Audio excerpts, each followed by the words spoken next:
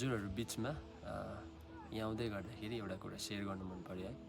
अनि परमेश्वरको छोरा जन न्युटन पास्टर बुवाले उहाँको जर्नलमा अन्तिम उहाँको फाइनल डेजहरूमा उहाँले लेख्नुहुन्छ है।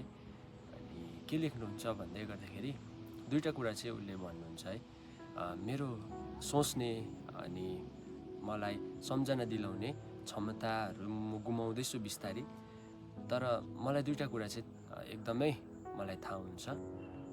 एउटा चाहिँ म सबैभन्दा ठुलो पापी हो, अनि अर्को चाहिँ येशू ख्रिस्ट चाहिँ सबैभन्दा ठुलो सेभियर हो, उद्धारकर्ता हो भनेर भन्छ है।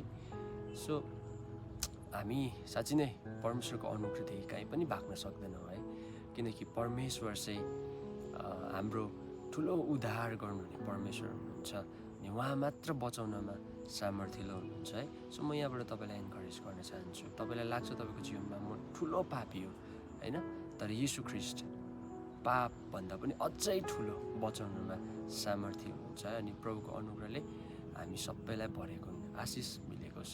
सबैलाई चाहिँ मिस